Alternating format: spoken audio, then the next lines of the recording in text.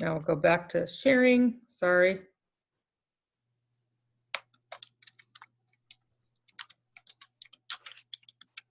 There we go. Good? Okay. So it's kind of 4 steps to doing a virtual open house, which is starting out with planning the open house, advertising the virtual open house, creating and doing the virtual open house, and then follow up, and post.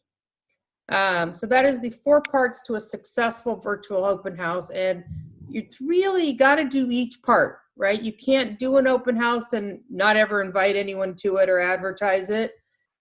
You can't do an open house without planning for it, and you can't not follow up with the people that may have reached out while you're doing it, or post that you did it and leave it for someone else to watch later. Is there anything, Angie, if you jump in at any time, if there's more to add to anything, so. Okay. So number 1, planning the virtual open house. It depends on, how do you do this? It depends on the platform, or what your desired goal out of it is. Are you trying to talk to people live? Are you posting it so people can grab it whenever? What's kind of the feel and the desire or the outcome you want of your open house? It depends how you're advertising it, and if you do them live, they tend to be a lot more like an open house that you would do on a regular Saturday, Sunday, Wednesday, etc. If you're doing it pre-recorded, it's a little bit more staged, and you're not going to be able to interact with the people that are popping on. So like we said, there's 2 types of open houses. One is live, which is kind of interactive, an interactive live virtual open house. This can be hosted on social media sites like Facebook, Instagram, Google Hangouts, Zoom. You can also do it on, I think it's, Angie, correct me, I think it's Google just came up with Meetup, which is well that people are starting to use, that you can also use to do a live open house. The pros, it's real time. For this is that it's real time. It allows for like natural engagement with potential buyers. The closest alternative to a traditional open house, you can have question and answer sessions. You can kind of guide your tour based on what comments are being made or what questions people have. And it feels much more like holding an in-person open house. The cons, if you're not used to being in front of the camera, this might be a little bit more intimidating, maybe a little overwhelming. It is good if you have to do it by yourself. It's possible. Sometimes it's a little bit easier if you have 2 of you. So it would just depend if you have 1 or 2 of you with you. Under COVID-19, can't you post the link on MLS? Yes, we're getting to that. Okay. Yep. Types of open houses can also be pre-recorded. So these are more static. This might be a video that you create like you're pretending like you are doing a open house. And you kind of go through the same actions, but it's going to be pre-recorded, a little bit more static. It kind of controls the environment, a little bit more thought out. You're not going to be interactive or answering questions, so you might want to like make up your own questions as you're going through it, and kind of put them in there like, you know, you might be asking, you know, and show those type of features and that kind of stuff. If you're not used to being on camera, this will give you an opportunity to stop, start, edit, to send it to Angie. Angie can help you edit, that type of thing. So you can kind of make it more polished, more finished. The cons is it doesn't allow for comments. It doesn't allow for you know, any specific things that people might be looking for that you didn't think of, bringing those things up. And it also doesn't allow as much for kind of that natural flow that you might get in a live video where, you know, oops, stumble and fall, or oh, look at this, oh, I forgot about this, that type of stuff, which actually adds a little bit more realism and a little bit more intimacy to the video than what sometimes a static video may come across. Mm-hmm. Both types of open houses are great. Material to use to market yourself as a real estate agent. Remember to take screenshots of either one for social media posts, use clips for ads, use it as an example during a listing presentation. I mean, in the end, you are trying to sell the property, but you are also setting yourself apart as a real estate agent, as someone who is up to date with what the technology is right now, what people are and aren't using out there, and more creative ways that you are actually marketing yourself and a home. So I think it is just as important in both regards, just like an ad is, just like a regular open house is. It's, you know, we are doing it to try and sell the home. We're also doing it to market ourselves. It also shows that you're being active too, that you're an active agent and that you're consistently, you know, or you know, still doing stuff. And that's also very important. 100%. Any questions so far? Okay. I do. Yep. Angie, Yeah. do you expect we always make the video with the narration at the same time? Because I was thinking about open house is to show the house, not really, you know, showing your face as an agent. It doesn't sell the house. And so I was thinking about me in a camera, just the first like 5 seconds to introduce my name. And beyond that, I was gonna just show video of the house itself, and the script is gonna be perfectly written, and I'm gonna just add my narration separate from the video clip. Is that possible? Yeah, that works as well. So if you want to do, you know, an intro of you in the beginning, introducing yourself, and then, yeah, you want to go through, do the whole walkthrough, and then say, for example, you watch the video and you're talking about the video and recording that audio.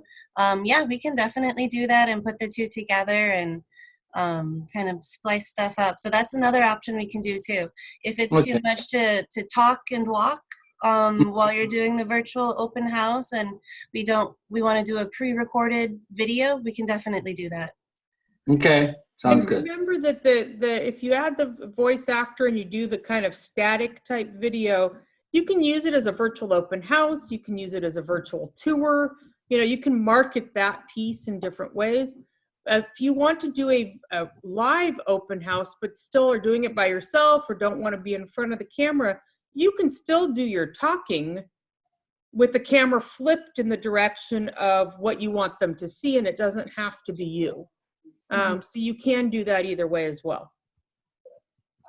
So how do I start? First, you want to pick the time and date of your open house. You want to outline your talking points. This was a great quote that said, practicing what you are going to say on camera without the camera. You can even have a checklist of talking points with you if you are going to be live streaming the open house. It will not be seen as unprofessional on air. You want to talk about features of the home, history of the area or the home, about the neighborhood, commuting, nearby attractions. I think if you went to Angie's video classes, she had some phenomenal tips on things to include in a video and things to look for and types of shots to get and types of things to look at in a home. So I encourage you to go back and revisit the two webinars that Angie did, because I thought they were fantastic at kind of giving us some great video aspects and things to look for and lighting, etc., which I think is really important. Do your own walkthrough. Make sure you understand the house layout, especially knowing where potential obstacles may be to avoid accidents, falls. It's really important that you kind of walk through the home like you are giving a tour. You want to make sure that you are comfortable, like where you're going to say certain things, where you're going to pause certain things, where you're going to, where you're going to, you know, what you're going to say in transition, etc. Number two, the second most important thing is advertising the virtual open house. Where can you advertise? Some advertising strategies, etc. First of all, promote, promote, promote. It is very important. This is not a one-step process. You're not all of a sudden going to put your listing up for a virtual open house and hope to get people to show up. So you want to promote your virtual open house the same way you would promote a in real life open house, through the local MLS, blast to buyer leads and fellow agents, through your social media platforms, through Constant Contact, through My Desk. Put it on your Facebook, put it on your Instagram, let people know it's coming. You know, maybe on, and Angie, you can help me with this, maybe on Monday you post, look for my fantastic new listing coming out. Wednesday you promote, you know, you launch it. My fantastic new listings here, we're going to be having a virtual open house on Sunday, you know, at 1 o'clock and at 3 o'clock and at 2, you know, 4 o'clock or whatever times you choose. And then promote it again on Friday or Saturday, you know, open house, don't forget to stop by. You think it's too much, but it's not. The more people see it, they may not see all 4 of those posts that you just did, but they may see one of them and think, oh, I'm going to mark my calendar for that open house. I want to check them out. Your friends and family members are sitting around their house. Trust me, they'll pop on. It just wants to build static, because the more, or not static, build momentum, because the more of those people that pop on, their friends and family are going to see that they're watching your open house and they may be interested in it. So it just kind of becomes organic, and we want to continue to advertise it. It also shows that you're working. It shows what you're doing. Give a time frame of the open house for the open house to build interest with details about what's coming. Post it on the MLS. The MLS now has a new link for virtual open houses. And it's fantastic because you can actually search for your open houses on Saturday or Sunday or on Wednesday. Go take a picture. Yeah, they're out there. Sorry. Too much going on the left side of my house. Not a good home office situation. And then you want to post on the MLS under the virtual open houses. You can do it as a broker's virtual open house or a public virtual open house, and then people can search for it on the weekends. You can create a postcard and send it out, or drop it off at neighbors' houses in their mailboxes. You can create a social media post inviting people back to the live open. You can boost your invitation through JLS, and you can remind people again it's coming even the day of.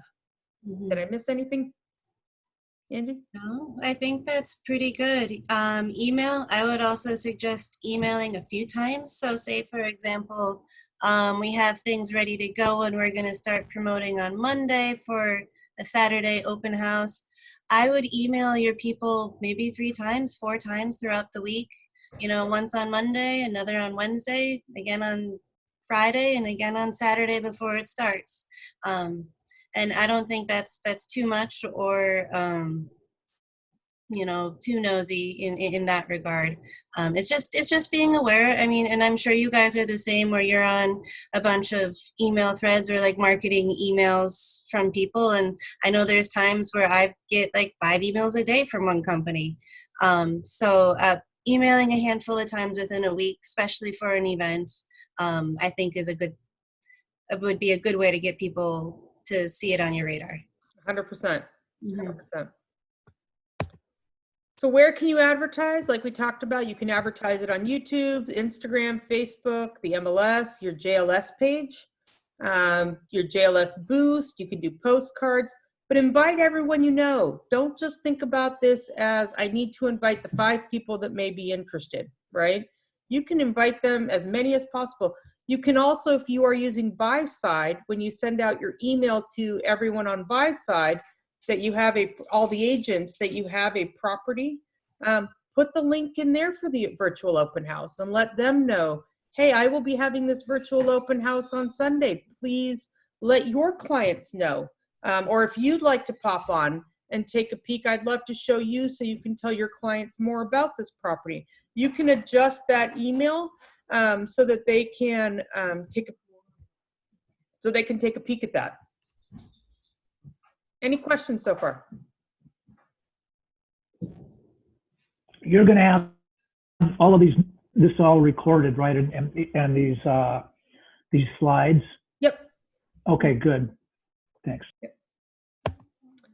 So, like, you know, I keep trying to hammer this point. I know I'm repeating myself over and over again. It's really important that we aren't secret agents at this point, especially when we're trying to do these kind of virtual open houses, just like you don't want to be a secret agent when you are doing a regular in real life open house, right?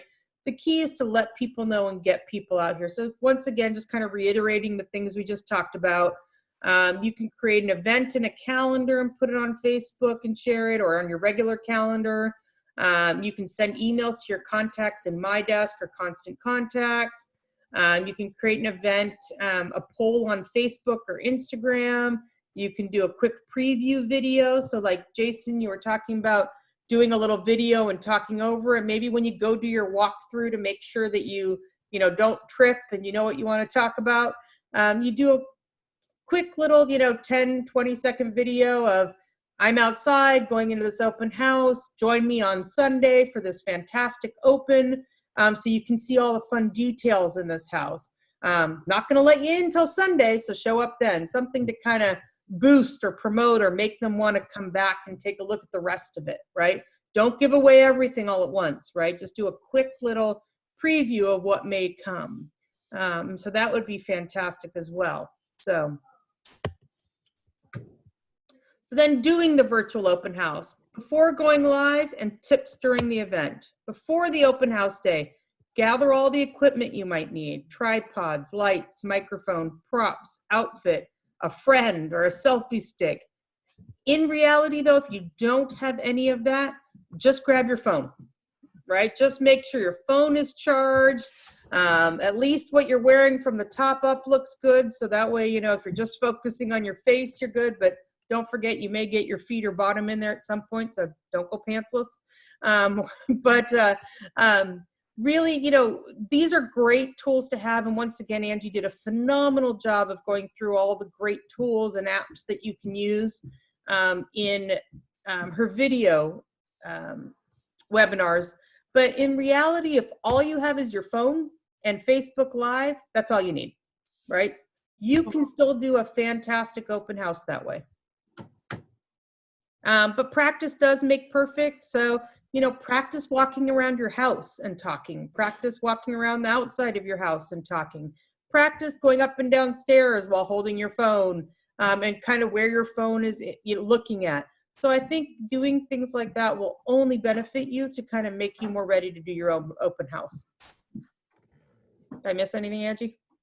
No, I think that's good. Yeah, I mean, like the main key is to work with what you have, and we do have some tools in the office that you can borrow, but work with what you have and work with what you're comfortable with. 100%. Test out your tech. So if you're going to go live, do a practice live. You don't have to post it. That's the trick on Facebook. You can start a video. You don't have to post it, or do one on something totally different. Or do your preview video as kind of a live preview video. So you can just practice hitting the live button, getting it to upload, posting it, kind of looking at how the comments pop up while you're doing it. So it's always good to practice once to just know where everything is and how it all works. Make sure all your electronics are charged. Gather the pictures or video you want to include in addition to the live portion of it. So if you are going to do a live video and want to link on some extra video after that, or create a little trailer or buzz after that, you can do that as well. So now you're the day of creating the video. You've made it to the big day. Here are some points to keep in mind. Treat it like a regular open house. So pretend like you are actually talking to someone, walking them through the open house. So this may not be so much. Maybe your beginning portion is, hi, I'm Sandra, and I've got this fantastic home in the middle of, downtown Seattle, and it's, walking distance to the water, or not walking, sorry, I can't say walking, but it's within minutes of our fantastic waterfront and Pike Place Market, so that's fantastic. It's a great 2-bedroom, 1-bath condo, whatever that is, in downtown Seattle. Great, but realize that they've already probably seen the stats. So what do you really tell people when they walk into an open house, right? Highlight the features, arrive early, get the lights on, make sure you don't have to turn on lights as you're walking through. turn on the ceiling fans, fireplaces if it's a cold day, have the water fountain running. Maybe if the movie theater is a big scene, for a while, movie theaters were a big thing in homes. Make sure the movie screen is playing a movie. Start the tour from the outside. Make sure people can see the whole house or the yard or the condo or the building. Make sure they can see where the entrance is. If there's a cool outdoor feature, make sure that they see that as well. But walk them through like you truly are walking someone through an open house. Look at the tile, look at the cool appliances if they're great, or the bathroom fixtures, or the size of the shower. If that's a draw point, or if the tub fits 6 of you, show them the tub. If there's a great hot tub that if you sit in it, they're going to get this great sunset, then, make sure you get out to the hot tub and see the sunset or the sun, or the skyline or the waterfront view, or whatever that case may be. I think that is just as important. We have to remember that now you are showing a client through the house. We're no longer just marketing the 5 bedrooms, 3 baths, 1 kitchen, and the beverage fridge, right? We're marketing the feel, the look, more of the atmosphere around the house as well as the features. Yeah, that also helps get people to start thinking of themselves living in the space, making them feel like they're in the space. And another thing you can push too is, as you're going through, is like imagine sitting down on having a cup of coffee on a Sunday morning, or you can imagine a Saturday morning being, planting and working on your garden here, or, something like that also helps people try and feel like they're in the space as you're talking and walking through. Yep. Start out by introducing yourself. Thank you people for joining you. Encourage them to engage by asking questions or comments in the chat functionality. And once again, this is for a live video, not a static video. Express, in this time right now, express that everyone is happy and healthy. Kind of check in on people at the beginning of your video, and then start your tour, right? Speak to the audience as though they were walking through the house with you. Narrate the specifics, key features, and avoid too much scripting, right? Because it's a natural open house. You're probably going to want to respond to some of the comments. So have key points that you might want to remember about each room. Kind of, you can have them on the teleprompter, or you can have them on a piece of paper above your phone, or however you want to do that. But, have some key points, like remember when you walk into the kitchen to point out the X, or when you're I thought it was a great feature Angie showed in her video class when Brian Searhant was in this kitchen, and he pulled out one of the cabinets that rolled out. And he made the comment that, the cabinet that was rolling out that you could now use as a cart, the top matched the kitchen counter, which matched something else, right? So it was kind of a great little feature that if you just walked around the kitchen, you never would have seen or known, right? It just would have hidden into the cabinets. But he made a point of making the attention to detail in the kitchen and pulling it out so people could kind of see something else and imagine themselves entertaining in that space. And would they use that cart, and how cool was that they could, and that kind of stuff. Mm-hmm. And also mentioning things that you can't see, like if there's surround sound audio, or high-tech smart home features, and any sort of things like that you can't see through a photo or through a video. Those are great things to mention too. Yep, be your talking cards. For a long time, we put talking cards up around a house, right? Because we're not there to walk the other agent or their client through things, and we want to make sure they remember those specific things. So I think it's important that you act as your kind of feature cards that you would have throughout your house. Spend time on the tour. Here it says aim for 10 to 20 minutes, depending on the size of the house. Really depends what you're trying to accomplish. If you're going to do several of them, maybe you only do them 5 to 10 minutes each one. If the house has a lot of features, you may want to tell people what's coming up next, which may intrigue them to stay on longer. So if you have a big 5,000 or 6,000 square foot house, you may start out with one room and then say, now we're going to move into this room and you don't want to miss, you know, a surprise that I have in there or something that intrigues them to want to continue on with you in the into the tour, and go from there. Detailed information. I don't know if any of you watch the Food Network. My family loves the Food Network, and we watch a lot of cooking shows. And if you realize a lot of the cooking shows, and they used to have a show called the Food Network Star, and one of the things they kept telling people is your word choice, right? Now you have to describe things to people in a way that they can't taste the food. So you can't just use taste good, taste nice, taste sweet, but what does it taste like? What does it look like? What does it feel like? So very much like that in your open house, right? The advantage is people can use their eyes and see what you're showing them, but what are you trying to tell them about it? What are you trying to get them to feel when they're looking at the tile or when they're looking at a certain feature of a home? So make sure you have that as well. Talk like you have a client with you. Like we talked about earlier, consider multiple tours in a day. So maybe you want to set up your open house, you know, one at 1 o'clock, one at 2 o'clock, one at 3 o'clock, and each one planning on being about 5 to 10 minutes. But if you get a lot of interaction, you know, you get more people on there. Be yourself. Have fun with your virtual open house, bring your personality and your sense of humor to it. This is a personal engagement with people. You want to make sure that you're connecting, and you want to respond to the people that are popping up. Any questions?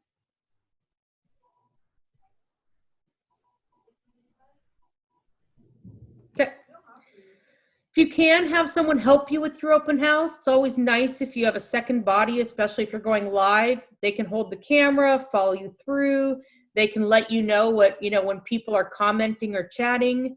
They can, you know, say, hey, I got a shout out from Angie who's asking, you know, is that countertop quartz or marble, right? And you can say, oh, yeah, great question, Angie. That tile happens to be quartz, and it's, you know, been installed about 1 year ago. It's beautiful. Look at the grain in it, or look at the feature of it. You can drop a bottle of wine on it. It's not going to stain. Please don't do that. But you know, you can make comments about whatever that question is that person might be asking you about.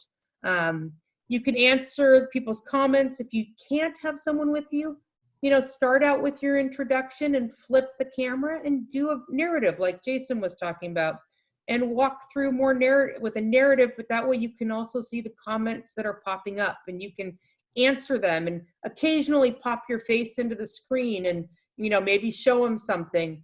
But you can kind of mix it up that way at the, while you're doing it. At the end, open up the floor to questions or comments, or ask people to add their questions or comments in the chat or the comment section, and you know, have someone there or yourself kind of reading them as you go along. But people that pop on love to be acknowledged. They love the shout outs. They love the, you know, oh, they noticed me type of thing. So, you know, recognizing people is a plus. It also gets more other people to comment, because if they think, ooh, I want to comment, but no one's really commenting, but they're seeing, once they start seeing other people comment, they're more inclined to also do the same thing. Or they may ask a question that they didn't think of, right? Or be curious about something that they didn't think of asking. And so it's a plus. Big keys is go live, introduce yourself, welcome them to the open house, remind them what they're going to be looking at, explain how to interact with you, be enthusiastic, be detailed and choose your words carefully, and have a cheat sheet with features and stuff about the house or neighborhood that you want to make sure you include. And that's kind of the summary of your basic virtual open house. Then lastly, and not leastly, is follow up, and post. So a thank you post is great.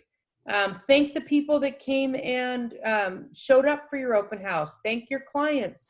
Thank them, the rest of your clients that couldn't make it, and say, hey, if you missed my open house, here it is. Here's the recorded version of it. Would love for you to still take a peek at it. And you know, if you'd like to see it in person, let me know. If you have their email addresses, you can email them as well and thank them. If you need to do further research and answer questions, make sure to follow up with an answer and get a way to contact them and for them to contact you. And post on social media a general thank you to everyone who attended your virtual open house. If you only got 2 people, no one needs to know. Thank you to the 2 people that showed up. Just thank you to all the guests that showed up. People are going to think you may have had 50 people there. They don't know, and that's okay. But it just continues to look like you're interacting with other people. Repurpose the videos, right? Once your live stream is over, you'll want to download it. You can then do a little bit of editing to it, and you can repurpose it. You can use it in listing presentations. You can use it for other Facebook videos and ads. You can do future posts that talk about what you've done and what the house was or just sold or great turnout or whatever you want to do to kind of continue to promote yourself and the house, and send follow-up emails with a link to the tour for people that missed it. So here's some different places that you can upload either your open houses or post or or you can do live. But once again, we talked about Google Drive, OneDrive, or Dropbox. You can post it to Facebook, Instagram, YouTube, and the MLS. You can also use Meetup, Google Meetup, or Zoom if you want to do those type of calls and really have a direct people that you're sending a link to that you would like them to visit it. An email to everyone, prospects, agents, potential showings, open house viewers, your sphere, everyone in your Facebook book and their brother. Email it to everyone in buy side that has clients that might be interested. I think it's important. The more people, and it's not off limits, if people want to show up, they will. Do not be worried about overdoing it or inviting them to stuff they don't want to go to, or they've gotten 6 invitations that week. People show up to what they want and no one's offended, right? They don't want to show up, they won't. Or if they can't, they won't, right? And it's not a big deal. So my question to you is, when will your virtual house tour be? And what questions do you have for Angie and I? We kind of went through everything a little bit quickly. On Google Drive, is it Google Live? I guess it's called. Are you able to capture who joined the video? With the Google, what is it? The Google Duo? Is that what they have? I don't know. Sandra mentioned something when I talked to her before, and I thought you mentioned it again today. Well, you can upload things to Google. They do have something called Meetup. It's kind of like a Zoom type of thing where you send links to people and you do the same type of thing as Zoom. So you would know who you sent it to. So but if you're just it's live, but it's not like a Facebook Live. So Facebook Live, talk to me about that. Is that just something you boost it and then people join if they want? Yes, it's more open. So if it's a public Facebook Live, anyone can join. And with Facebook Live versus like what we're doing right now in Zoom and how the Google Meetup works, sorry, that's my cat. They can like and comment in live time, where we can hear too, but it's not on the screen. Where with Facebook Live, it's directly on the screen, and anybody who is watching it can also see like the thumbs up and the hearts, like I'm sure you've seen during like the debates and stuff, where like there's those lines of like happy faces and hearts and angry faces going across.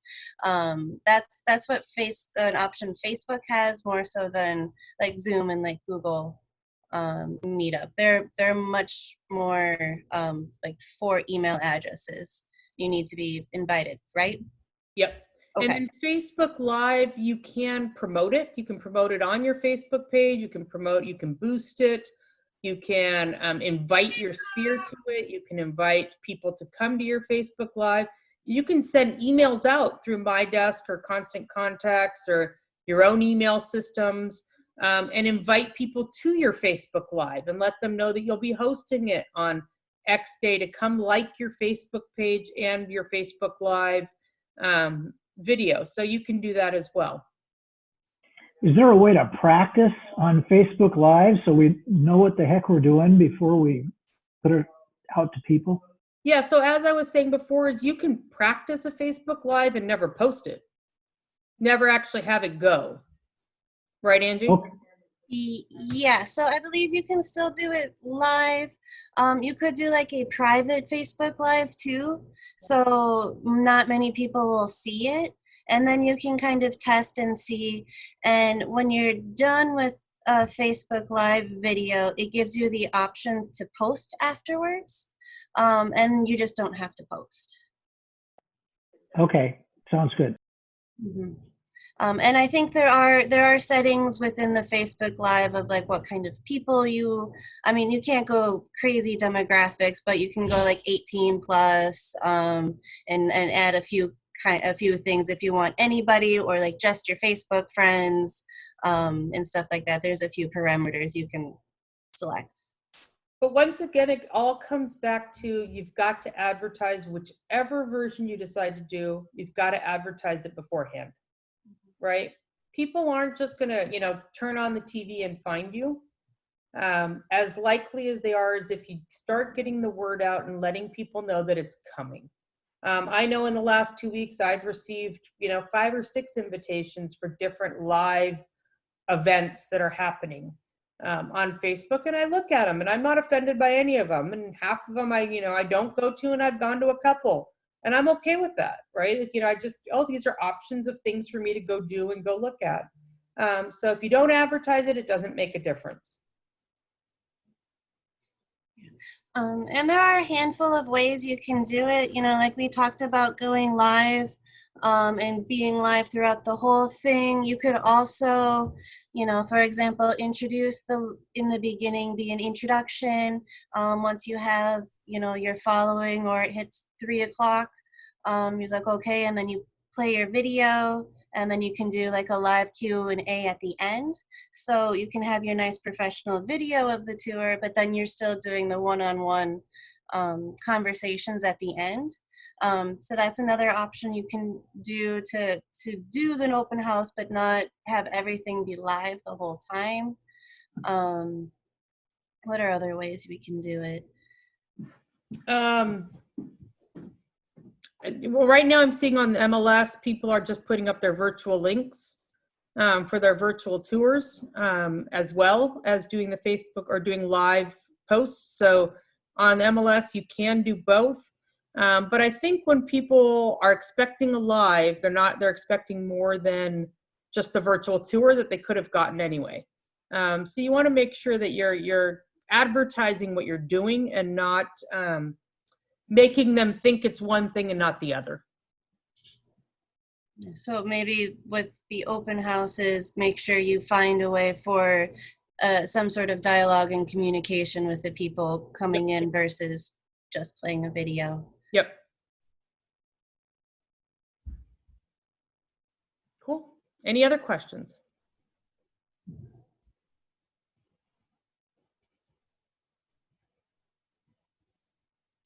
Okay. A lot to digest. We are here to help you with any part of this. I am happy to meet you and help you do the video if you want. I'm happy to walk through a house with you to do that. We do have a couple microphones and a couple small tripods, and we have a selfie stick and a ring light and stuff like that people can check out and borrow if they need it. So we do have a few of those if people are looking for some extra tools. And I'm, like I said, happy to help. We are happy to kind of walk you through and troubleshoot any of this for you.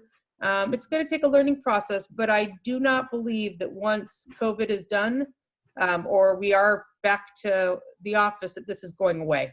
I think this is a new part of our business that's going to be part of what our listings and clients are going to be expecting us to offer. Because not only does this reach the people here that can't make it, but it reaches people in other cities and other states and other countries that want a tour of the house but can't actually be here, or want more than just the 28 pictures that you post on the MLS, or 40 if you post the most.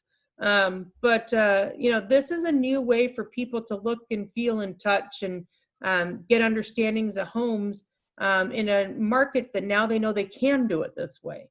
So I really don't see this going away anytime soon. Yeah, and it's just doing it a few times. Like Andrea, the videos you sent me were great. I think we'll make a nice little video out of it. So I think just the more we do it, and the more we get comfortable kind of going through the spiel of your intro and conclusions, and kind of knowing what your keywords are, just with more practice, and it'll be just as natural as you doing a listing presentation. So That's how I was feeling. Like I had a lot to learn, but I needed to jump in. Yep. Which Yep, is great. definitely. Well done. Mm-hmm. And that's really the best way to do it, because you don't know what you don't know and where you'll get stuck until you start diving in. So 100%. I just need to learn how to play the guitar so I can be like Tony. yeah. Just hire Tony to sit in one of the rooms and play the guitar as you walk through. There you go. I have a question about lighting. Yes. Do we need those rain of the light to bright up the space so have a better effect? I think Angie did a great job in her video things. And really the key is, and she has a lot of great lighting suggestions depending on what you're trying to do.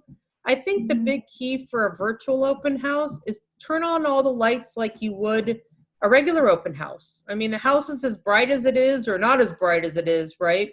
But the big key is turn on all the lights, the under cabinet lights, the bathroom lights, the hall lights, the lamp on the desk, the fireplace if it's a day that it's appropriate. I mean, obviously if it's 110 degrees outside, probably aren't going to have the fireplace on, but still showing it's a good thing. But Light hands on is a good one too. Yeah. Just anything that's got a little bit of movement. Yep. So turn on all the lights of the house, open the blinds, open windows if you need to, make sure doors are open so you don't have to open the doors as you go, and that also adds extra light behind you.